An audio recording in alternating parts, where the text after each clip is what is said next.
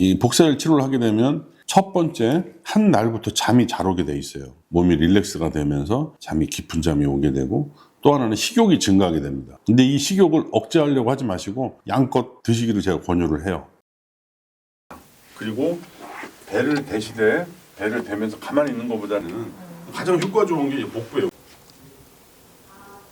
제 생각에는 이 열치료 때문에, 이것 때문에, 양자치료 때문에 생기가 돌고 밥도 잘 먹고 잘 자고 잘 싸니까 계속 좋아진 것 같아요. 예전부터 면역력과 체온, 즉 열의 관계에 대해서는 많은 연구가 이루어져 왔고 어느 정도 결론도 나온 상태예요. 우리 인간은 기본적으로 따뜻한 걸 좋아하게 돼 있어요.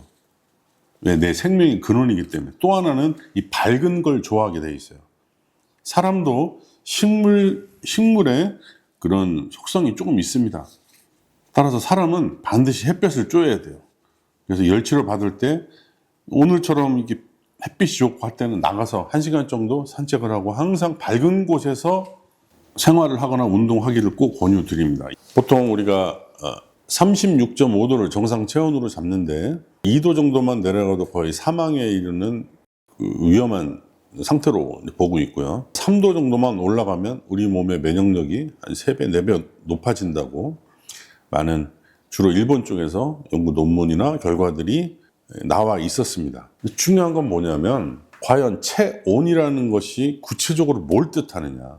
여기에 관한 질문에 대해서는 답을 사실 못하고 있어요. 근데 저는 어떻게 생각하냐면 체온이라고 하는 거는요, 우리 몸을 구성하고 있는 물질의 조합으로 봤을 때는 어떻게 보면 거대한 물주머니예요. 예를 들면 제 몸무게가 100kg이라고 가정했을 때 약 70kg의 물주머니죠, 저는.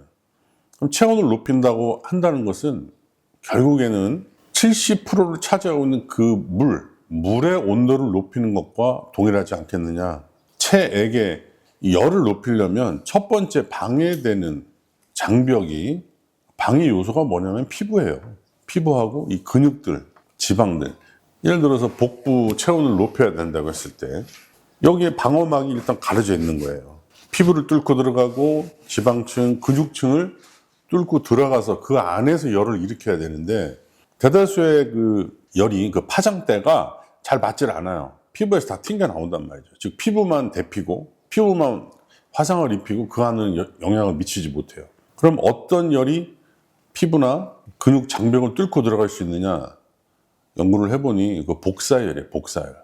복사열이 뭐냐면 열이 전달되는 방식이 여러 가지가 있는데 크게 우리가 중학교, 고등학교 교과서에 나오죠. 전도, 대류, 복사 이 3가지인데 전도열이나 대류열은 일단 들어가지를 못해요. 표피 밑으로. 따라서 복사열밖에 없는데 그 칠보석, 또 황토, 백토, 또 천매암, 그 다음에 일라이트 여러 가지 물질들을 갖고 테스트를 해본 결과 하나의 물질 갖고는 가장 좋은 복사를 만들어내기 힘들고 여러 가지 광물질들을 조합을 해야 되겠다. 결과가 나왔습니다. 그래서 그걸 저는 가지고 환자들한테 열 치료를 하고 있고 매우 좋은 성과를 거두고 있어요. 칠보석을 달구었을 때하고 천매암을 달구었을 때 그 나오는 열의 맛이라고 그러죠. 환자들은 천매암이 가장 부드럽다. 열 맛이 부드럽고 무겁다 이런 표현을 해요. 천매암이나 이 일라이트를 가지고 만든 그 열 맛을 보다가 황토에서 나오는 열을 쪼이면은 좀 싱겁다, 좀 가볍다 이런 표현을 하시더라고요. 이런 식으로 제가 이제 접근을 해 간 거죠. 이 열을 쪼일 때 어디에서부터 열이 쪼여져야 되느냐. 즉 우리가 한의학에서는 머리는 차야 된다. 머리에 열을 가하면 안 된다. 이런 어떤 상식이 있는데 실험을 해본 결과 그런 것과 무관하게 전신에 열을 다 쪼여야지만 우리가 원하는 효과를 볼 수 있다는 것이 제 결론입니다. 열치료를 받으실 때 꼭 내가 아픈 부위만 쪼이려고 하지 마시고 전신에 그 열을 다 받으셔야 된다. 제가 이제 이런 당부 말씀을 드리고 그랬을 때에는 아주 드라마틱한 효과를 많이 보실 수가 있다. 이렇게 결론을 내리겠습니다. 암 환자분들과 일반 환자분들은요, 같은 방에 계시기가 쉽지 않아요. 그 이유는 첫 번째, 정상 환자분들은 한 22도에서 24도 정도를 가장 쾌적한 온도로 느끼십니다. 근데 암 환자분들은 그 온도는 추워하세요. 그러니까 내가 느끼는 적정 온도가 서로 달라요. 그만큼 암 환자분들은 양기가 떨어져서 추워하십니다. 특히 암 환자분들이 26에서 27도 정도가 따뜻하다고, 포근하다고 느끼시는데, 일반 저 같은 사람들은 좀 더워요. 땀도 나고. 그 암 환자분들은 그만큼 양기가 떨어져 있고 체온이 떨어져 있다. 자, 그러면 이 암 환자분들이 온열 치료를 받고 나시면 어떤 효과가 생기느냐? 추워하는 게 사라집니다. 즉 22도에서 24도씨의 병실에 들어가도 추위를 잘 못 느끼신다 이 말이죠. 결국에는 암 환자분들이 느끼는 그 추위는 다른 말로 하면 체액의 온도가 떨어져서 느끼는 것이다. 이렇게 저는 결론을 내리고 하루 2시간에서 많은 경우는 6시간까지 이 치료를 시키고 있습니다. 이 치료법하고 비슷한 치료가 고주파 온열 치료가 있는데요. 근데 고주파 온열 치료는 기본적인 컨셉이 킬입니다. 킬. 죽인다.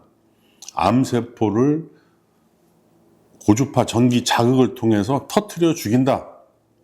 이게 컨셉이고, 제가 지금 말씀드리는 이 복사열 치료는 우리 몸의 체액의 온도를 높여준다. 온도가 올라가면 면역력이 상승하므로 NK나 T세포나 B세포, 수지상 세포들이 활동력이 증가해서 암을 죽이는 것이고, 고주파 온열 치료는 직접 죽이는 겁니다.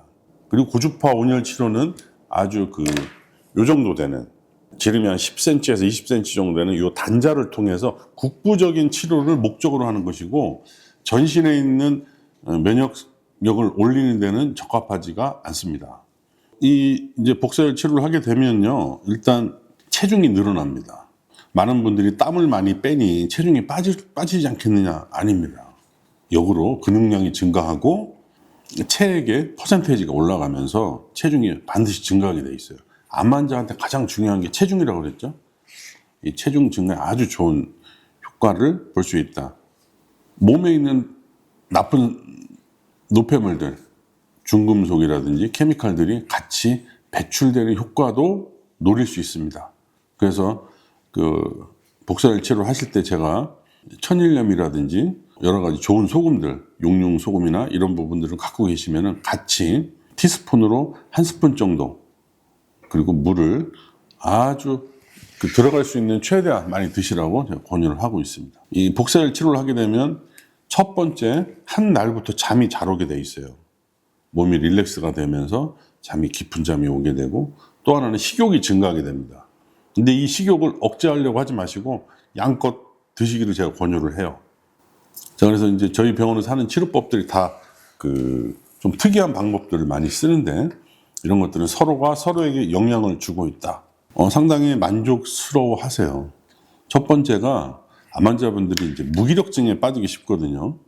근데 기운이 난다고들 다들 말씀하시고, 또 체중이 늘어나니까 상당히 좋아하시는 것 같아요. 뜸이라든지 전기요라든지 전기장판, 또 여러분들 암 환자분들이 많은 보조 의료기기들을 많이 구매를 하셔서 저한테 문의를 하시는데요. 전기요를 덮고 전기장판 이런 것들은요, 실질적으로 체온을 올려주지 못합니다.